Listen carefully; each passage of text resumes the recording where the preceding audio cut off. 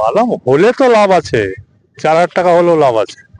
বাদামটা দাম দিলে পড়তা হয়ে যাবে, তাহলে আলুর খরচা উঠে যাবে। নমস্কার অন্নদাতা কৃষক, বেঙ্গল কৃষি নিউজের পক্ষ থেকে আমি রামকমল চ্যাটার্জি। আজ আমরা বাদাম চাষের খবরাখবর নিতে এসেছি পশ্চিমবঙ্গের হুগলি জেলার আরামবাগের মুন্ডেশ্বরী নদের তীরবর্তী একটি এলাকাতে, নদীর তীরবর্তী একটি এলাকাতে। তো এই মুহূর্তে বাদাম চাষের ব্যাপারে খোঁজ খবর দিতে আমরা পেয়েছি একজন কৃষক বাবুকে। তো বাদাম চাষের লাভ ক্ষতি এবং গাছের পরিস্থিতি সম্পর্কে এই জমির কৃষক বাবু কি বলছেন চলুন শুনে নেই। আপনারা যদি চ্যানেলটা প্রথম দেখে থাকেন একটু সাবস্ক্রাইব করবেন, এবং চ্যানেলটা যদি ফেসবুক পেজটাও যদি প্রথমবার দেখে থাকেন ফেসবুক পেজটাকেও একটু ফলো করে নেবেন। তো আমাদের সঙ্গে রয়েছেন কৃষক বাবু। কৃষক বাবু নমস্কার, কি নাম আপনার? নির্মল মাল। এই যে গ্রামটার কি নাম? চকবিশ। হ্যাঁ, পূর্ব চকবিশ। পূর্ব চকবেশ, আরামবাগ থানা। এদিকটা নদীর ওই দিকটা আরামবাগ, এদিকটা আরামবাগ, আর একটু গেলে বোধহয় পুরসুরা, ওই সামান্য একটু গেলেই পুরসুরা। তো এখন বাদাম গাছের কি পরিস্থিতি বা গাছের গ্রোথ কেমন পাচ্ছেন? প্রতি বছর ওয়েদারের জন্য হচ্ছে না তো। কেন? ওয়েদার ঠান্ডার জন্য হচ্ছে না, গাছ মরছে প্রচুর। এই যে গাছ মরছে, এই যে একটু দাদাকে দেখানোর জন্য অনুরোধ করব, এই যে গাছগুলো এখানটা যে ফাঁকা রয়ে গেছে, গাছ মরে এই যে মরছে মরছে।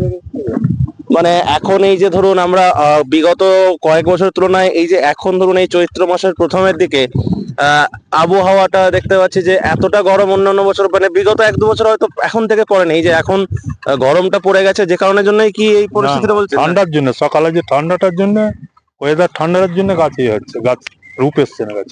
ও, এটা কতদিন আগে বসিয়েছেন? এটা এক মাস বেশি হয়ে গেছে। কতদিন বাদে তোলা হবে? কতদিন বাদে তোলা হবে? 3 মাসে তোলা হয়। আজকে দেখছি জমিতে এসেছেন, পরিচর্যা করা হচ্ছে নাকি, না কি কি জন্য এই নিড়ানো হচ্ছে। নিরানো হচ্ছে? মোটামুটি বাদাম চাষের লাভ ক্ষতির দিকটা যদি আমাদের দর্শকদের উদ্দেশ্যে একটু যদি তুলে ধরেন। বাদাম হলে তো লাভ আছে, 4,000 টাকা হলেও লাভ আছে। মানে বিঘাতে কিরকম খরচা হয়? বিঘে তো ধরুন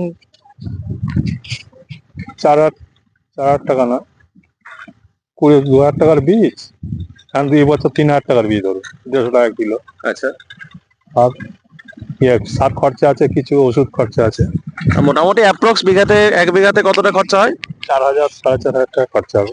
আর এই দিকের খরচা সব মিলান, আমি সব নিয়ে বলছি একদম। এবার ধরতে সব গেলে ধরতে গেলে, সব ধরতে গেলে 10-12 হাজার টাকা খরচা হবে বিঘাতে, একদম জমি তৈরি করা থেকে শুরু করে একদম বিক্রি করার সময় লেবার সবকিছু নিয়ে। তো 10-12 টাকা খরচা। বিক্রি করে কিরকম দাম পান, বা গত বছর কেমন দাম পেয়েছিলেন? গত বছর 4800 করে বিক্রি করা হয়েছে। 4800 টাকা। কোয়ান্টিটি কতটা? Quintal quintal quintal. এক বিঘাতে কতটা হয়? কারো 5 কুইন্টাল হয়, কারো 6 কুইন্টাল হয়। 48 টাকা মানে প্রায় মোটামুটি মোটামুটি মুনাফাদায়ক। হ্যাঁ, তো মুনাফা। আর ধরুন আমরা আলুর ক্ষেত্রে যেটা দেখতে পাই, একটু সরে ধরেন, আলুর ক্ষেত্রে আমরা যেটা দেখতে পাই যে ধরুন অনেক সময় দেখা যায় যে বীজটা যিনি দেয়, যে ব্যবসাদার দেয়, তাকে আলুটা বিক্রি করে দেওয়া হয়। এই বাদামের ক্ষেত্রেও কি তাই? মানে যিনি বাদাম ব্যবসাদার তিনি কি যাকে ইচ্ছে বিক্রি করা যাবে, আলুও যাকে ইচ্ছে বিক্রি করা যাবে। হ্যাঁ, মানে অনেক ক্ষেত্রে দেখা যায় যে ধরুন ধার দিয়ে দাদন দিয়ে হয়তো। আমাদের এখানে চাষিদের নদীর উপারে হতে পারে, আমাদের এখানে চাষি যাকে তাকে বিক্রি করতে পারবে। আপনি বাদাম এবছর কতটা লাগিয়েছেন? বিঘা 5 আছে। তাহলে কি এবারে ফলনে কি কিছুটা আশঙ্কা কম হবে মনে হচ্ছে? এরকম ওয়েদার থাকলে ফলন কম হবে। শুধু কি আপনার জমিতে এরকম, না সবার জমিতে? সবার জমিতে এরকম হচ্ছে। এই যে মরছে না, ফাঁকা হয়ে গেছে। এই বিষয়টা হচ্ছে যে ধরুন এইটা থেকে বাঁচার জন্য মানে কি কি পদ্ধতি অবলম্বন করছেন? আবার ধসার ওষুধ মারবো। রিসেন্ট কি দিয়েছেন? এখন দেওয়া হয়নি। এখনো দেওয়া হয়নি। গাছ পরিষ্কার করে দেবো। আর আলু চাষ করেন? আলু বিক্রি করে দিয়েছেন না আছে? না, আছে। মাঠে গাদা দেয়া না জমিতে? ওই যে গাদা দিয়ে যেরকম আছে ওরকম ভাবে রাখা রয়েছে। ধরুন আলুর তো এবছর একদমই দাম নেই। বাদাম বা ধরুন আলুর বিকল্প হিসেবে কি বাদাম চাষ লাভদায়ক? যদিও আলুর পরে বাদামটা হয়, মানে কি মনে হয়? বাদামটা দাম দিলে পড়তা হয়ে যাবে, তাহলে আলুর খরচা উঠে যাবে। মানে আলুতে যদি লস হয় তাহলে বাদামটা তুলনামূলক লাভ, বাদামটা বেশি করে আর কি। বাদামটা বেশি করে। আপনাদের এই দিকটাতে বাদাম চাষ গত বছর তুলনায় বেশি হয়েছে না কম হয়েছে? না, একই আছে। একই হয়েছে। আপনি এটা মূলত কোন জাতের বাদাম? মানে বাদামের তো অনেক রকম জাত হয়, ভ্যারাইটি হয়। এটা হাইব্রিড আছে।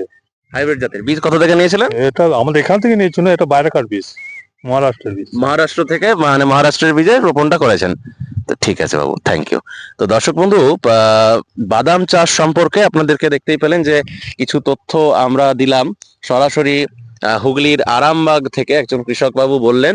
তো মূলত যেহেতু এখন সকালের দিকে ঠান্ডাটা রয়েছে, যে কারণের জন্য গাছের কিছু ক্ষয়ক্ষতি দেখা যাচ্ছে বা গাছ কিছু নষ্ট হয়ে যাচ্ছে দেখা যাচ্ছে। যেমন দেখুন এই যে এই শাড়িটাতে, এই শাড়িটা দেখুন অলরেডি কিন্তু ওই যে ওখানটাতে গাছগুলো নষ্ট হয়েছে, যে গাছগুলো তুলে ফেলছেন, বা এই দিকটাতেও এই যে চাষিবাবু জমিটাকে নিরচ্ছেন। ওই দূরে দূরে কিন্তু মোটামুটি তুলনামূলক হয়তো মানে দূর থেকে ঘন লাগছে, কিন্তু কাছে গেলে বোঝা যাচ্ছে যে গোটা জমিতে এরকমটা হয়েছে। এবং যে কারণের জন্য এই বছরে হয়তো ফলনটা কম হতে পারে মনে হচ্ছে, নাকি কম হতে পারে।